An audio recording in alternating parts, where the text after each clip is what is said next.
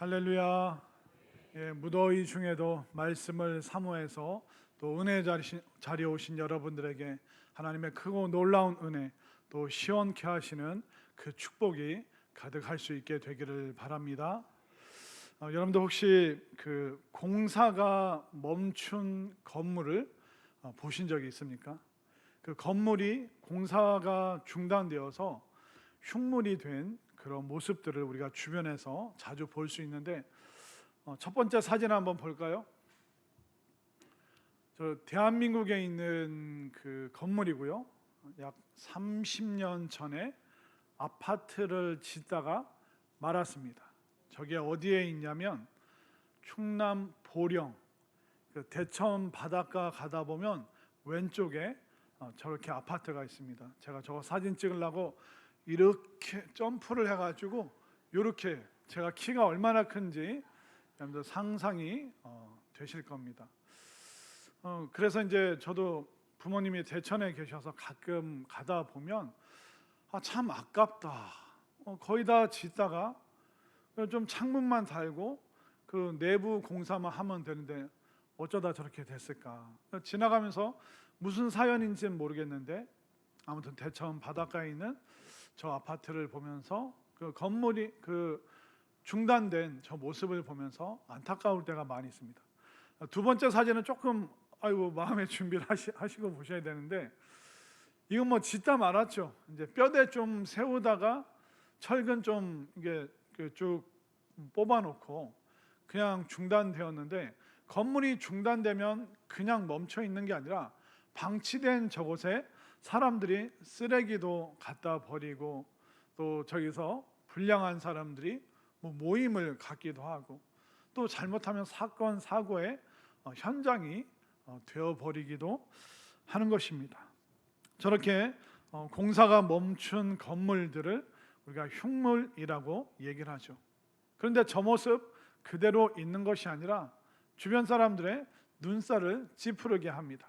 그리고 너무 아깝고 안타깝다는 그런 생각을 들게 하는 것이죠. 그런데 우리가 보는 저 건물만 그런 것이 아니라 우리의 신앙도 마찬가지입니다. 우리의 신앙이 성장과 성숙을 멈추잖아요. 그러면 우리는 하나님을 근심케 하는 사람이 될 수밖에 없습니다. 여러분들의 신앙은 어떻습니까? 여러분들의 신앙이 성장과 성숙을 거듭하면서 신앙의 연수가 늘어날수록 사람들에게 더 인정과 존경을 받고 있는지, 아니면 교회는 오래 다녔는데 자꾸 좋지 않은 모습을 노출하고 사람들에게 고통을 주는 그런 존재가 혹은 내가 아닌지 우리가 스스로를 늘 돌아봐야 되는 것입니다. 그러면 어떻게 하면 우리가 성장하고 성숙할 수 있을까요? 그 비결은 바로 우리가 성장과 성숙에 관심을 가지면 그때부터 내 속에서 변화가 일어나기 시작합니다. 자, 이 성장과 성숙은 똑같은 말 같은데 조금 차이가 있습니다. 이 성장이라는 것은 식물과 동물과 사람 모두에게 다 쓰는 용어입니다. 그런데 이 성장이라는 것은 한계가 있어요. 여러분들 지금 키가 다 크셨나요? 다 컸죠. 지금 아이들은 4살, 5살 아이들은 한참 더 성장을 해야 됩니다. 그런데 우리는 외형적으로 지금 성장이 멈췄습니다. 그리고 동물도 식물도 그 성장에는 한계가 있습니다. 그런데 사람의 성숙이라는 것은 한계가 없습니다. 그리고 이 성장은 식물과 동물과 사람에게 다 쓰이지만 이 성숙이라는 이 표현은 사람에게만 쓰입니다. 식물과 동물에게는 쓰이지 않습니다. 그렇기 때문에 우리가 성장해야 되고, 또 우리가 또한 내적으로 성숙을 해야 되는 것입니다. 이 성장은 한계가 있지만, 외적인 성장은 한계가 있지만 내면의 성숙은 무한대입니다. 끝이 없습니다. 우리는 마음으로 이 모든 우주도, 이 태양계도 마음으로 품을 수 있습니다. 또 우리가 마음으로 희생하고 헌신한다면 전 세계에 영향력을 끼칠 수 있는 그런 마음, 그런 성품, 그런 속사람, 그런 성숙의 사람이 또한 될 수가 있습니다. 우리가 미국의 유명한 대통령, 노예 해방을 일으켰던 대통령이 누구죠? 아브라함 링컨이라고 하죠. 그 링컨이라는 사람, 키는 뭐 어느 정도 됐을까요? 키는 이 정도 되고 얼굴은 빼빼 말라 있고, 그러나 외적인 그 성장의 모습이 아니라 내면의 성숙, 그것을 통해서 유럽과 미국을 전역을 지배하고 있던 그 노예 제도라는 것을 그가 멈추게 되고 정말 전 세계에 어마어마한 영향을 끼치게 되었죠. 이처럼 우리의 성숙이라는 것은 무한대입니다. 한도 끝도 없다는 것입니다. 그래서 우리는 신앙인이기 때문에 성장과 더불어 우리가 성숙에 관심을 가져야 됩니다. 왜냐하면 하나님께서 우리에게 성장과 성숙을 원하고 계시기 때문입니다. 그런데 우리가 성장과 성숙에 관심을 안 가지면 어떻게 될까요? 우리는 미성숙한 사람으로 살아갈 수밖에 없습니다. 우리가 나이가 많아진다고 해서 우리가 영적으로 성숙하는 것은 아닙니다. 우리가 나이가 많아도 영적으로, 내면적으로 어린 경우가 참 많이 있죠. 사람들과 늘 다투고 인색하고 화나 있고 매사에 못마땅한 그런 안색으로 사람들을 쳐다보고 있고, 그러면 나이가 많이 들었어도 그 사람을 성숙했다라고 말할 수가 없습니다. 또 우리가 많이 배웠다고 해서 성숙해지는 것도 아닙니다. 머리가 똑똑하다고 해서 성숙해지는 것은 아닙니다. 요즘에 한국의 그 정치를 주름잡는 분들이 누굴까요? 판사, 검사, 변호사예요. 문과에서 탑을 달리는 사람들이 이제 법조계에서 행정가가 되기 위해서, 정치를 하기 위해서 또 다른 세계로 넘어가죠. 한국에서 공부 제일 잘했고 제일 좋은 대학교 나와서 사법시험 통과한 사람들. 근데 그들이 언론을 통해서 비춰지는 모습은 어떻습니까? 전혀 우리의 존경을 받을 만한 그런 성숙한 모습이 없습니다. 그렇게 되면 많이 배웠다고 해서, 머리가 똑똑하다고 해서 다 성숙하는 것은 아닙니다. 그리고 세상에서 업적을 많이 쌓았다고 해서 또한 성숙하는 것은 아닙니다. 우리가 높은 지위에 올라가도 그 지위에 걸맞는 성품과 내면 세계가 없으면 결국 우리는 주변 사람들을 고통스럽게 하고 힘들게 한다는 것을 우리가 사회생활하면서 너무나도 많이 봤습니다. 그리고 세상의 지위는 천국에 절대로 반영되지 않습니다. 세상의 지위 가지고 우리가 천국 가는 게 아니죠. 우리의 내면 세계, 성품, 얼마만큼 성숙한 믿음과 영성, 또 심성을 지니고 있는가. 그렇게 되면 하나님의 관심은 뭐에 있을까요? 우리의 내면의 성장과 성숙에 하나님께서 관심을 가지고 계시기 때문에 오늘 말씀 들으면서 여러분들이 내가 지금까지 성숙을 이루어냈는가, 나는 얼마만큼 성숙했는가, 오늘 말씀 들으면서 다시 한번 나를 돌아보고 또 내 삶에 성숙에 있는 그런 인생이 되리라 오늘 결단할 수 있는 그런 시간이 될 수 있게 되기를 바랍니다. 그래서 히브리서 6장은 신앙의 기초에만, 초보에만 머물지 말고 좀 성숙한 신앙인의 면모를 좀 보여다오, 그것을 권면하고 있습니다. 자, 오늘 본문 1절과 2절 말씀을 한번 볼까요? 1절을 제가, 2절을 여러분들이 읽겠습니다.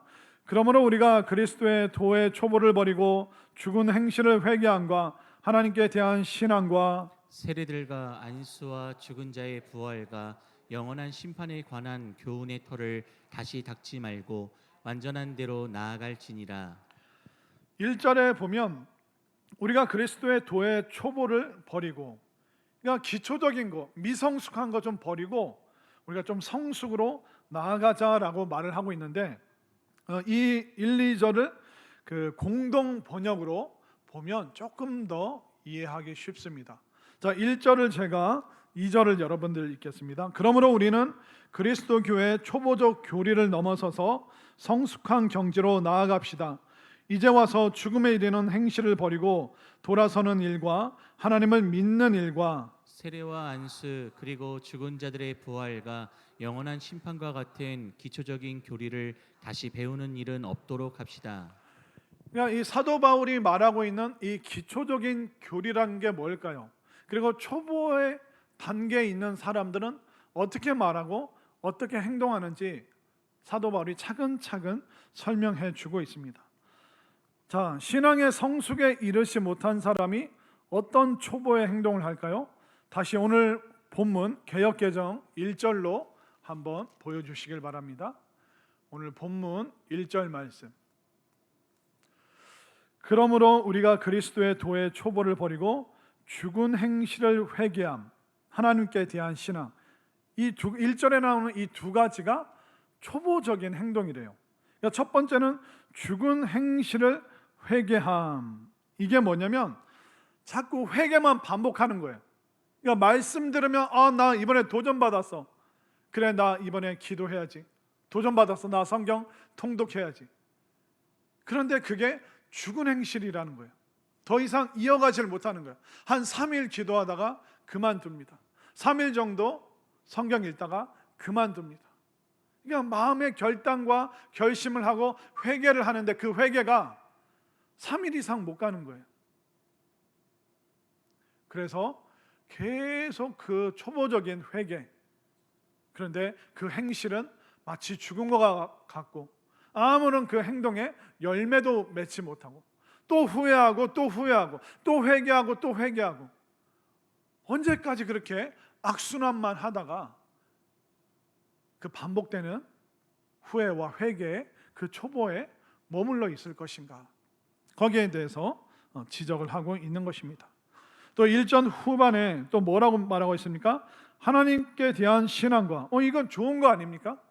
근데 이 하나님께 대한 신앙이란 게 뭐냐면 하나님의 존재에 대한 마음이라는 뜻입니다. 하나님 진짜 존재하시나? 하나님 정말 살아 계시나? 그렇게 또 질문하고 있다는 겁니다.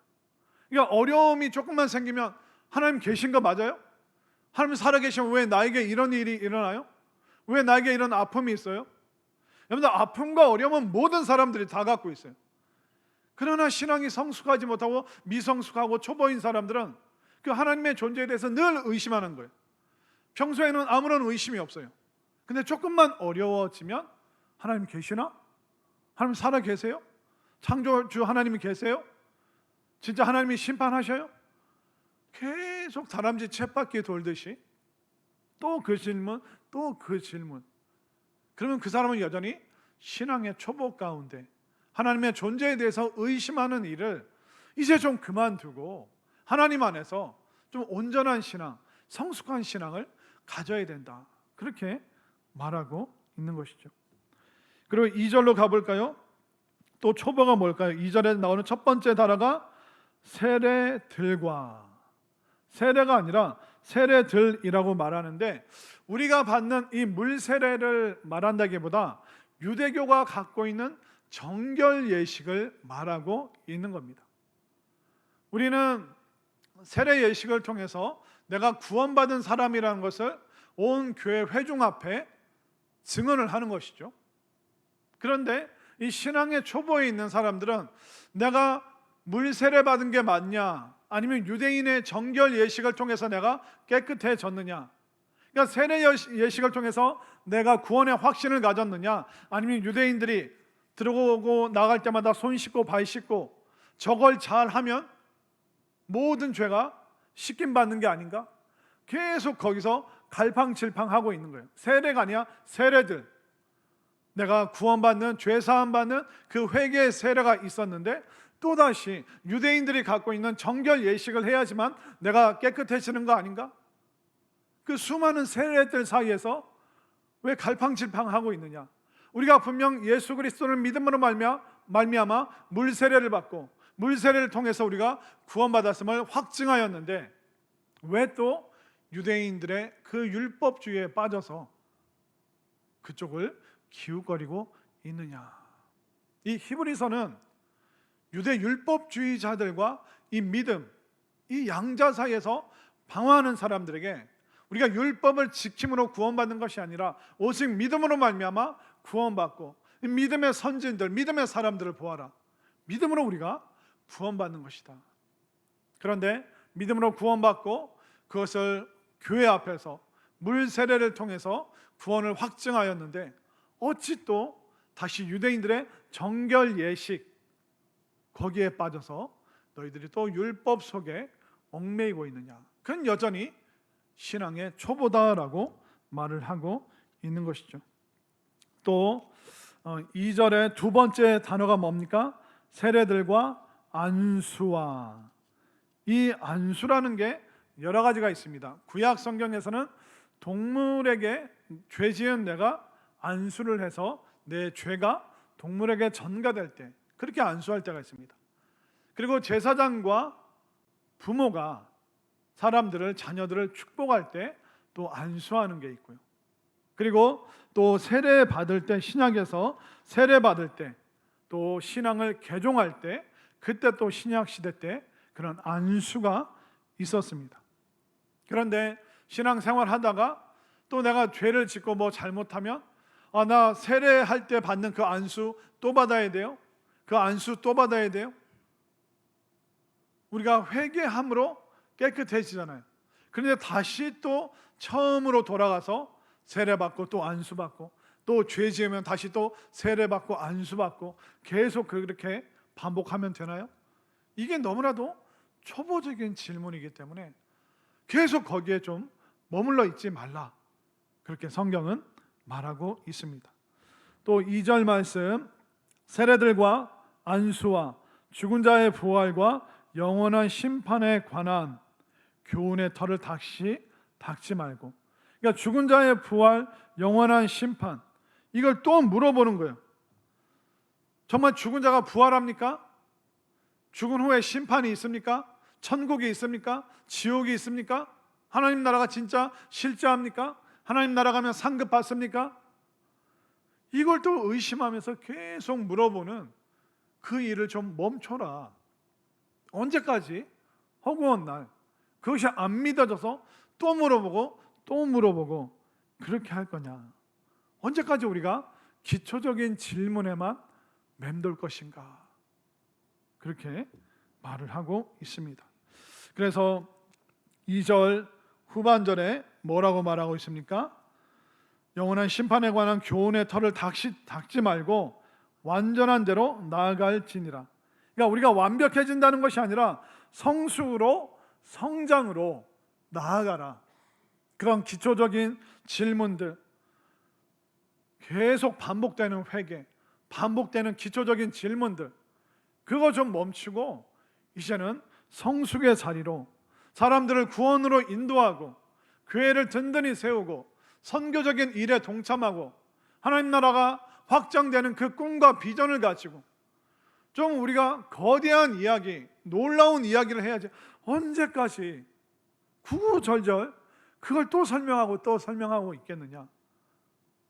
우리가 기저귀 찬 아이들처럼 그렇게 행동하지 말고 좀 성숙한 어른다운, 믿음의 어른다운 면모를 좀 보여야 되지 않겠느냐?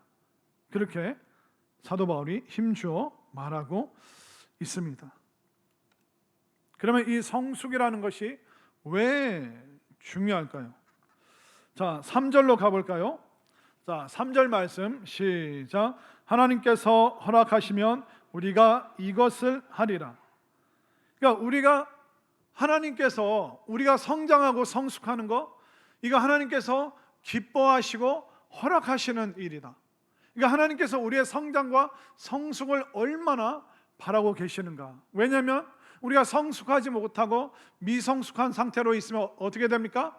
자꾸 주변 사람의 짐이 돼요. 교회에서 사람들에게 힘을 줘야 되는데 그 사람 때문에 교회가 앞으로 나아가질 못해요. 그 사람 달래느라고, 그 사람 설득시키느라고, 그 사람 이해시키느라고, 그 사람 화난 거, 그 감정 달래느라고 교회가 온통 에너지를 다 써버려요. 잘못된 말들, 설명해야 되고, 삐져 있는 거 그것도 다시 가서 또 찾아가서 또 얘기를 해야 되고, 목회자와 교회 성도들이 온통 거기에 에너지를 다 써버린다면 그 미성숙한 사람으로 인해서 교회 공동체가 조금 더 발전하지 못하는 그런 어려운 일들이 너무나도 많이 생기게 되는 것입니다. 이 성숙이라는 것은 하나님께서 기뻐하시고 지지하시고 허락하시는, 정말 하나님께서 기뻐하시는 일이다. 오늘 이 성숙의 마음이 여러분들 가운데 뿌리 내리고 싹틀 수 있게 되기를 바랍니다. 그렇기 때문에 우리는 나는 지금 미성숙에 머물러 있는가, 아니면 나는 성숙에 대한 그 갈망과 바람이 있는가, 이게 가장 중요합니다. 미성숙한 사람들은요, 상황만 봐요. 상황. 맵다, 짜다, 춥다, 덥다, 계속 그런 상황에 대한 불평만 해요. 여러분들 아이들 데리고 어디 놀러 가신 적 있으세요? 저도 아이들 한 5, 6살 때 차 타고 어디 놀러 가잖아요.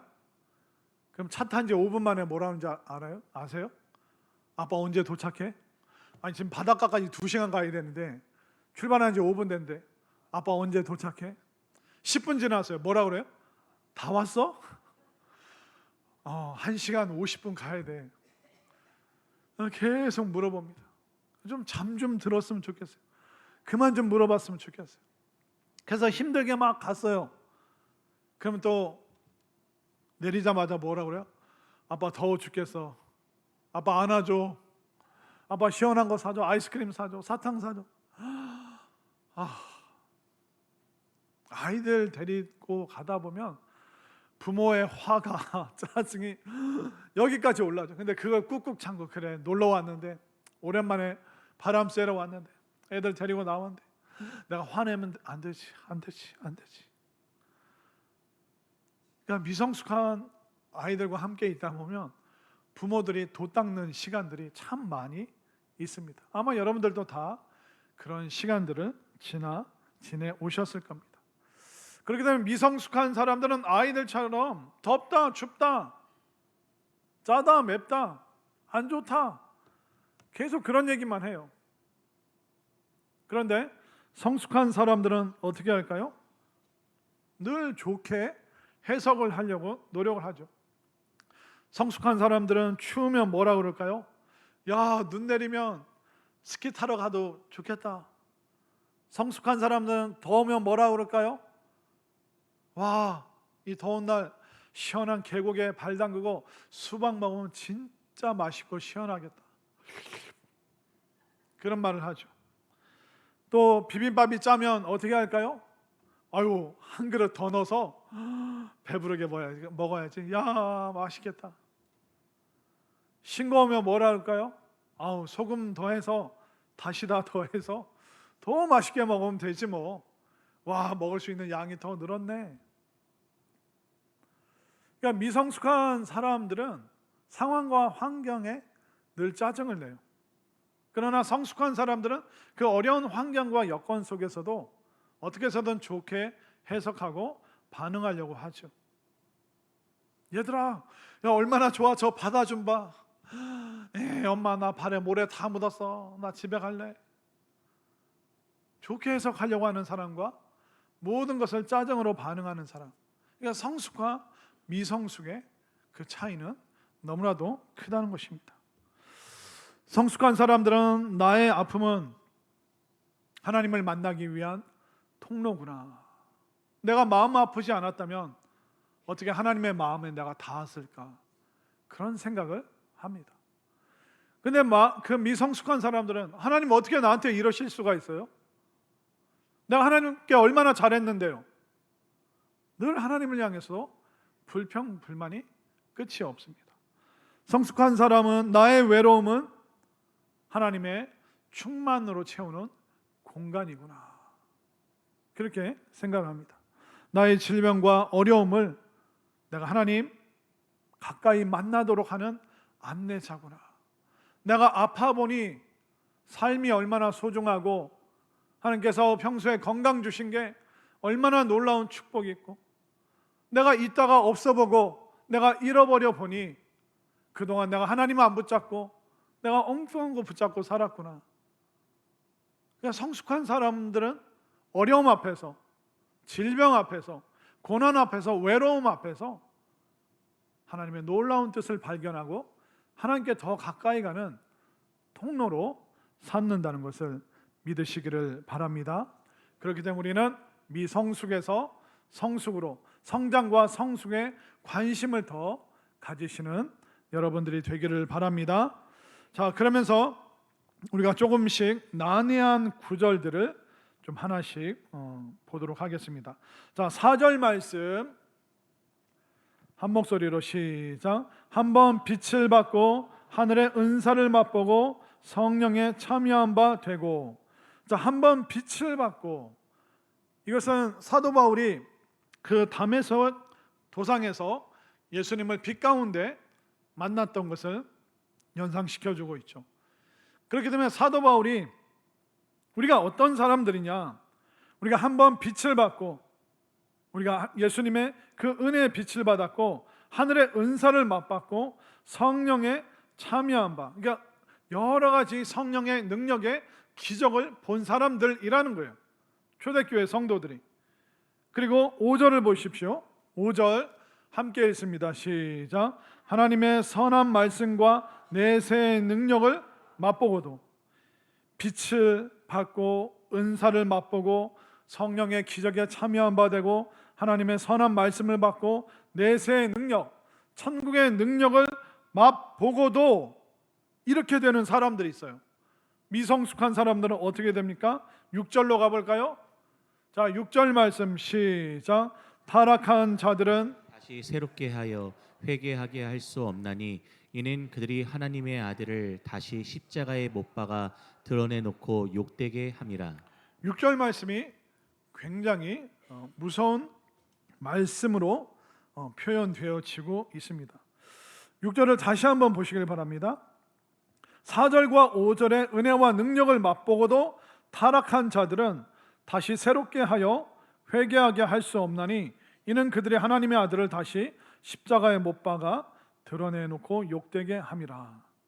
구원학교 하셨던 분들은 두 번째 시간이 구원이 취소될 수 있는가, 거기에 관련해서 이 본문 말씀을 여러분들에게 들려드렸는데, 여러분들 눈을 보니까 그런 내용이 있었어?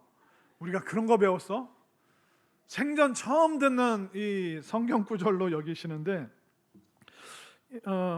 때로는 과거에 많은 목회자들과 신학자들이 구원받았어도 크게 타락하고 배교하고 믿음을 떠나면 구원이 취소될 수 있다는 그 근거로 삼은 구절 중에 하나가 바로 오늘 본문의 6절의 말씀입니다. 근데 이 6절 말씀은 구원이 취소될 수 있다, 이것을 말하는 것이 아닙니다. 이 당시 초대교회는 두 가지 큰 장애물이 있었어요. 그것은 뭐냐면 이단 사입이었습니다. 영지주의자들, 우리만이 신비한 구원의 비밀의 지식을 알고 있다, 그러니까 우리 파에 들어와서 성경 공부를 해야지만 구원받는다. 그러니까 오늘날의 이단이 갑자기 생겨난 게 아니라 2000년 전 초대교회부터 이미 잘못된 마귀의 종노릇하는 그런 사람들을 미혹에 빠지게 하는 이단 사이비 사상이 교회를 힘들게 했습니다. 두 번째로 또 힘들게 했던 건 뭐냐면 유대 율법주의자들. 이 유대 율법주의자들이 왜 생겨났냐면 이때 성도들이 수많은 전도를 통해서 그리고 고난을 이겨내는 모습을 보여주면서 유대인들이 감동을 받은 거예요. 나도 기독교인이 되고 싶다, 나도 예수 그리스도를 믿고 싶다. 그렇게 해서 이 초대교회 당시에 유대교회에서 기독교로 개종한 사람들이 엄청나게 많이 늘어났습니다. 그러니까 기존의 유대 종교 지도자들이 위기의식을 느끼는 거예요. 그러니까 유대 종교 지도자들이 교회 안에 몰래 들어와서 기독교로 개종한 유대인들에게 찾아가서 그런 말을 하는 거예요. 네가 예수님 믿는 거 좋다, 그러나 예수님 믿는 것만으로 부족하고 예수님 믿는 거에 더해서 네가 율법을 지켜야 된다. 네가 할례를 다시 받아야 되고 손과 발을 씻는 정결 예식을 해야 되고 또 네가 죄가 생각날 때마다 십자가 앞으로 나가는 것이 아니라 죄가 생각날 때마다 구약의 그 제사를 지내야지만 네 죄가 해결되고 네가 구원받아. 그러니까 예수님을 믿는 거에다 율법주의를 더해야지만 이것도 해야지만 네가 구원받는다고 무거운 짐을 이 유대 개종자들에게 계속 이야기하고 다닌 것입니다. 그러니까 집요하게 유대 종교 지도자들이 교회에 들어와서 그런 얘기를 하니까 자꾸 마음이 흔들리는 거예요. 맞아, 내가 예수님 믿는다고 하고 세례도 받았는데 나 또 죄졌어. 또 죄졌어. 왜 그러지? 내가 할례를 안 받아서 그런가? 내가 정결 예식을 안 따라서 그런가? 내가 그 구약 동물 제사를 안 지내서 그런가? 그래서 우환이 왔나? 그래서 어려운 일이 왔나? 맞아, 예수님 믿는 거 플러스 이 율법까지 지키면 너무 좋겠다. 그래서 기독교에서 다시 유대교로 넘어가려고 하는 자들에게 너희들이 여기서 다시 유대교로 넘어가면 너희들이 동물 제사와 예수님께서 십자가 희생제물 되신 거 그것을 생각해봐라. 예수님께서 십자가 희생제물 되신 거 그거 너희들이 욕되게 하는 것이다. 이미 모든 구약의 율법과 제사를 예수님께서 십자가에서 완성하셨다. 율법의 완성을 우리가 십자가에서 보았는데 그 예수님을 믿음으로 말미암아 우리가 구원받는데 어찌 다시 예수님을 욕되게 하여서 너희들이 구약의 율법으로 다시 구원받겠다라고 그 시간으로 다시 돌아갈 수가 있느냐. 그렇기 때문에 굉장히 강한 어조로 사도 바울이 말을 하고 있습니다. 그렇기 때문에 구원 취소가 아니라 유대교로 다시 넘어가려고 하는 유대 개종자들에게 전도하는 강한 메시지로 전도하는 내용이라고 생각하시면서 여러분들이 6절 말씀을 다시 한번 읽어보겠습니다. 시작. 타락한 자들은 다시 새롭게 하여 회개하게 할 수 없나니 이는 그들이 하나님의 아들을 다시 십자가에 못 박아 드러내놓고 욕되게 함이라. 그러니까 타락한 자들은 다시 기독교에서 다시 유대교로 개종하려고 하는 사람들, 그런 사람들을 타락한 사람, 변질된 사람, 그렇게 무섭게 사도 바울이 말을 하면서 그들을 다시 십자가로 전도하기 위해서 말하는 것이지 이 6절이 구원이 취소될 수 있다, 그런 두려움을 주는 구절은 아니라는 것입니다. 자, 그러면 유대교로 다시 돌아가려고 하는 그 신앙의 초보에서 맴돌다가 성숙하지도 못하고 미성숙한 상태로 다시 유대교로 돌아가려고 하는 사람들이 어떤 사람들일까요? 어떻게 될까요? 자, 7절과 8절로 갑니다. 7절을 제가, 8절을 여러분들이 땅이 그 위에 자주 내리는 비를 흡수하여 밭가는 자들이 쓰기에 합당한 채소를 내면 하나님께 복을 받고 만일 가시와 엉겅퀴를 내면 버림을 당하고 저주함에 가까워 그 마지막은 불사름이 되리라. 그러니까 밭의 채소와 엉겅퀴를 비교하고 있습니다. 성숙한 사람들은 밭의 채소처럼 무럭무럭 자라나게 될 것이다. 그러나 미성숙한 상태로 다시 유대교로 개종하려고 하는 사람들, 그들은 가시와 엉겅퀴처럼 농부에게 뿌리채 뽑히는 사람들이 되고 말 것이다.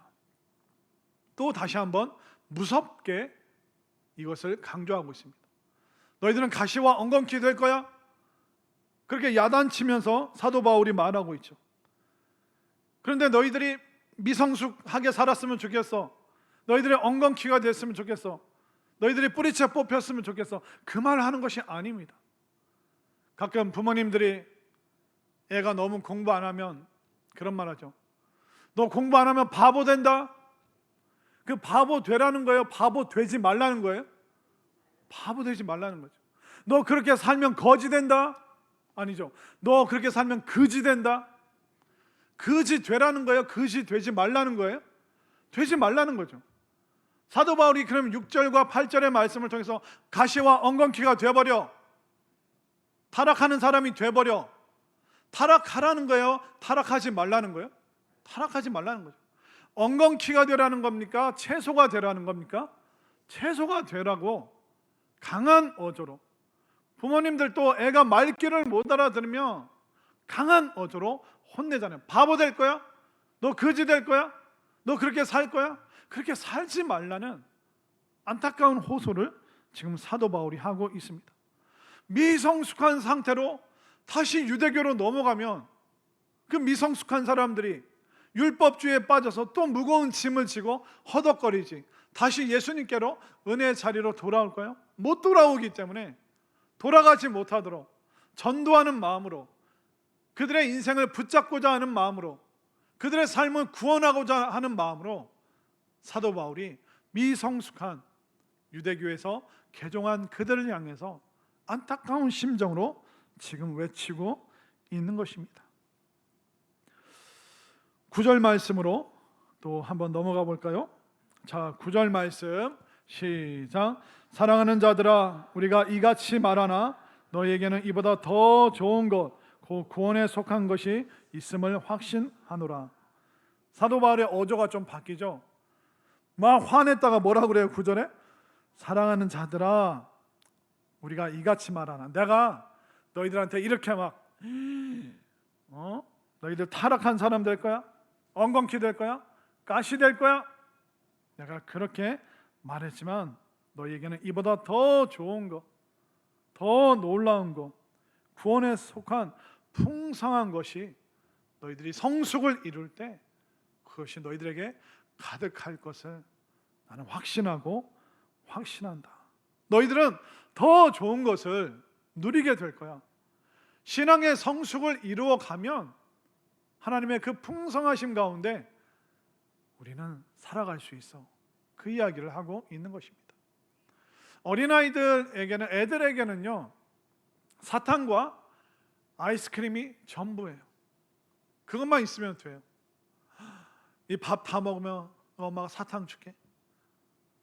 이거 다 먹으면, 이 채소 다 먹으면 새콤달콤 엄마가 하나 줄게. 애들은 사탕, 아이스크림, 그게 최고의 음식인 줄 알아요.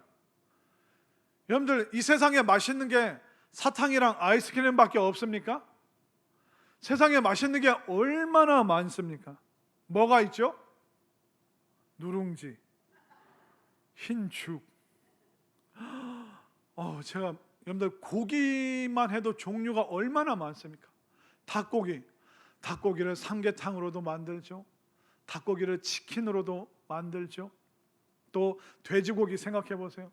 여러분들, 목살이 맛있어요? 삼겹살이 맛있어요? 둘 다 맛있죠. 목살? 말도 안 돼. 둘 다 맛있어요.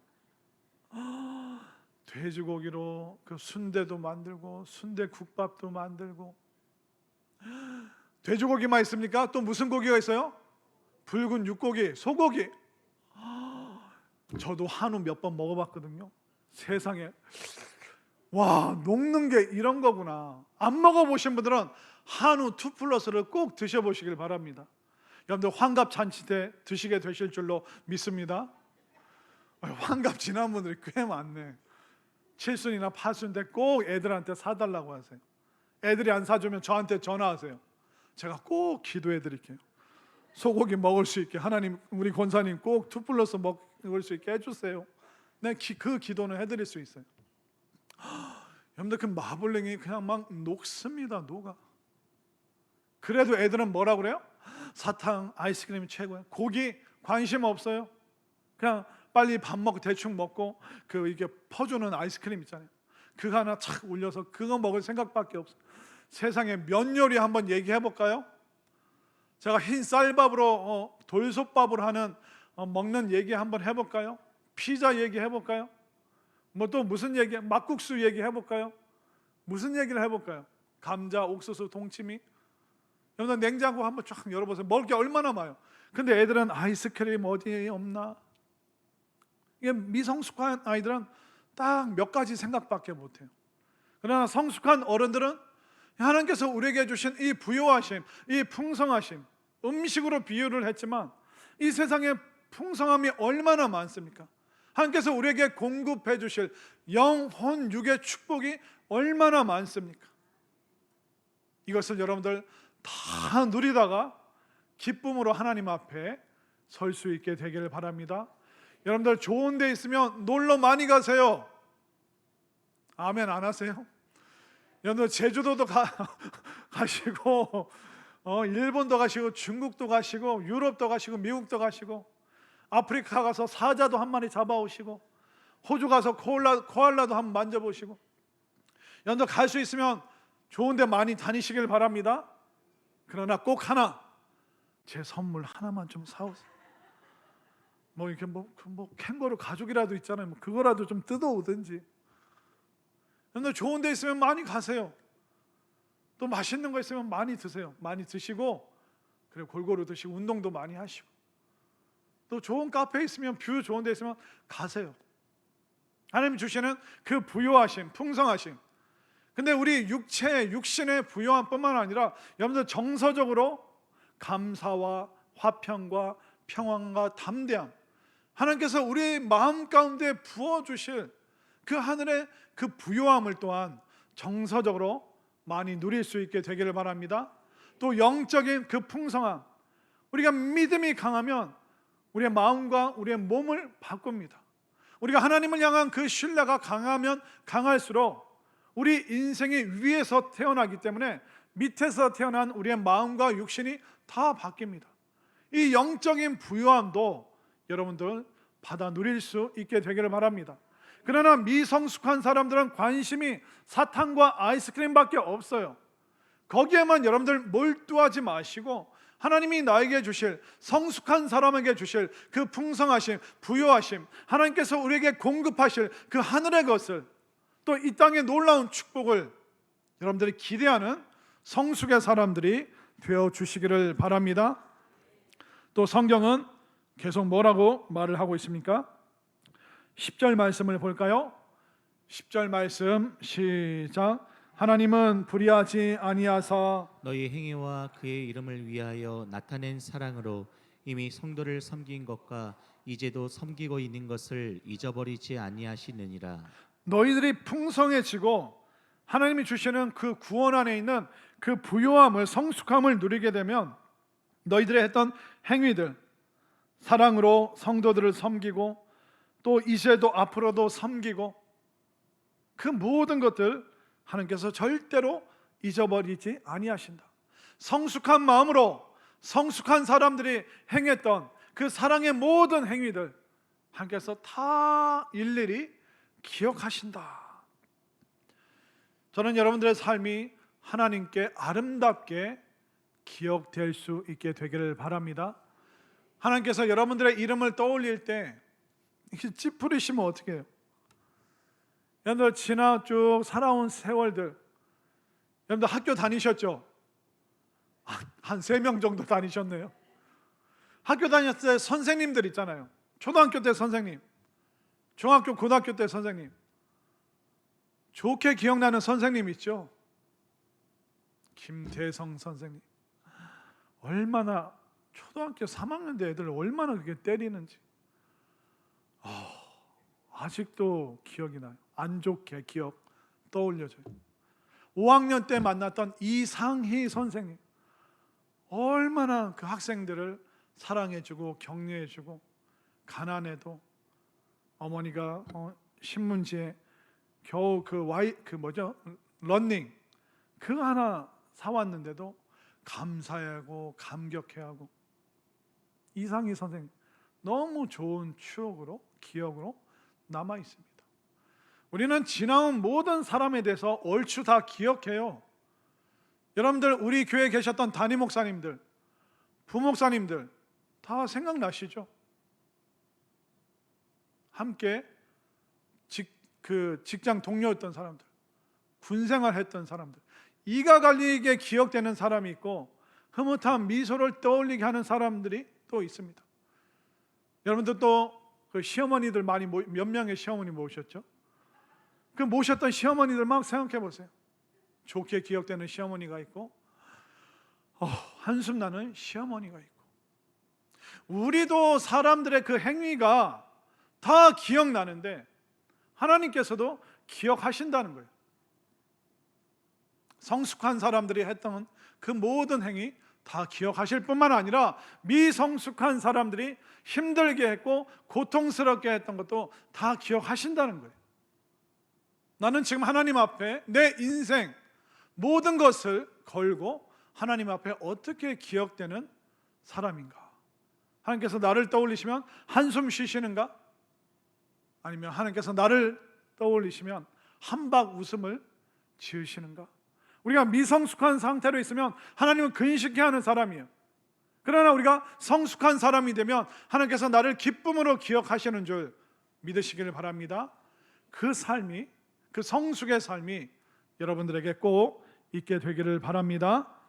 자, 그러면서 또 11절과 12절 마지막 부분 11절을 제가 12절을 여러분들이 우리가 간절히 원하는 것은 너희 각 사람이 동일한 부지런함을 나타내어 끝까지 소망의 풍성함에 이르러 게으르지 아니하고 믿음과 오래 참음으로 말미암아 약속들을 기업으로 받는 자들을 본받는 자 되게 하려는 것이니라. 너희들이 정말 풍성한 소망 가운데 성숙하여서 하나님의 그 약속의 상급을 가득가득 받을 수 있는 그런 사람이 되었으면 좋겠다. 오늘 성경은 권면하고 있습니다. 저는 우리 모두가 성숙한 사람이 되었으면 좋겠습니다. 우리가 나이가 먹는다고 성숙해지는 거 저절로 자동으로 성숙해지는 게 아니에요. 매일 생각해야 돼요. 나는 성숙하고 있나? 나의 신앙은 성장하고 있나? 이 생각을 하고 관심을 가져야지만 우리가 꼭 성장과 성숙을 경험하게 되는 것입니다. 우리가 교회 오래 다녔다고 해서 자동적으로 성숙하는 거 아니에요. 교회 다니면서 어떤 시간을 보냈느냐가 중요합니다. 교회 다니면서도 허송세월한 사람들이 있어요. 수십 년 신앙생활하는데도 조금 더 성숙하지 않은 사람들이 있어요. 그러나 교회 다니지 얼마 안 됐는데 그 시간들은 너무나도 밀도 있게 하나님 앞에서 철저하게 자신의 지나온 삶을 반성하고 돌이키고 미성숙했던 거 아내에게 용서를 구하고 자식들에게 용서 구하고 주변 사람들에게 용서를 구하면서 정말 짧은 시간 내에 순식간에 그 신앙이 점프해서 성숙하는 그런 분들도 보았습니다. 평생 살아오면서 여러분들은 어떤 시간을 보내셨습니까? 신앙의 어떤 강도가 아니라 어떤 밀도, 얼마나 짜임새 있게 나는 하나님 앞에 나의 마음을 내어 드렸는가? 여러분들이 세상의 그 강함, 그 강도로 신앙생활 할 수 있겠죠. 그러나 그 시간 속에서 나는 과연 밀도 있게 정말 내면이 변화되고 내 마음이 변화되고 나의 이 어그러진 이 인격을 하나님 앞에 계속 끌고 나와서 말씀으로 치고 기도로 다듬으면서 나는 성숙을 향해서 나아가고 있었는가? 그러나 성경은 우리가 반드시 그렇게 될 수 있다. 성숙과 성장에 관심을 가질 때 하나님의 그 부요하심과 풍성하심, 그 하나님의 능력을 의지할 때 우리는 성숙한 사람으로 변화될 줄로 믿습니다. 그래서 여러분들이 정말 쓰임받는 사람, 사울 왕은 너무나도 멋지게 시작했지만 그는 성숙하지 않았기 때문에 계속 다윗과 경쟁하다가 본인의 인생도 비참해지고 나라도 비참해지고 말았습니다. 아무리 하나님께서 선택하셨어도 성숙으로 나아가지 않으면 사울왕처럼 될 수밖에 없는 거예요. 본인도 열등감 속에서 살다가 나라도 열등하게 만들어 버린 것이죠. 그러나 창세기에 나오는 요셉을 보십시오. 가장 비참하고 비천한 위치에 있었지만 그 감옥에서도 성숙의 면모를 드러냈기 때문에 하나님께서 마침내 그를 가장 높은 자리에서 쓰임받게 하신 것이죠. 우리의 위치, 우리가 높은 위치에 있느냐 낮은 위치에 있느냐 그게 중요한 게 아니에요. 우리가 부유하냐 가난하냐 건강하냐 약하냐 그게 중요한 게 아니에요. 우리가 하나님 앞에서 사람들 앞에서 얼마나 성숙한 면모를 보이고 있는가. 여러분들의 가정과 일터에서 교회에서 정말 성숙한 그 신앙인의 성숙한 어른의 모습을 보여서 정말 하나님 앞에 아름답게 기억되고 많은 사람들에게 칭찬받고 존경받는 성숙의 사람들이 다 되어 주시기를 간절히 소망합니다.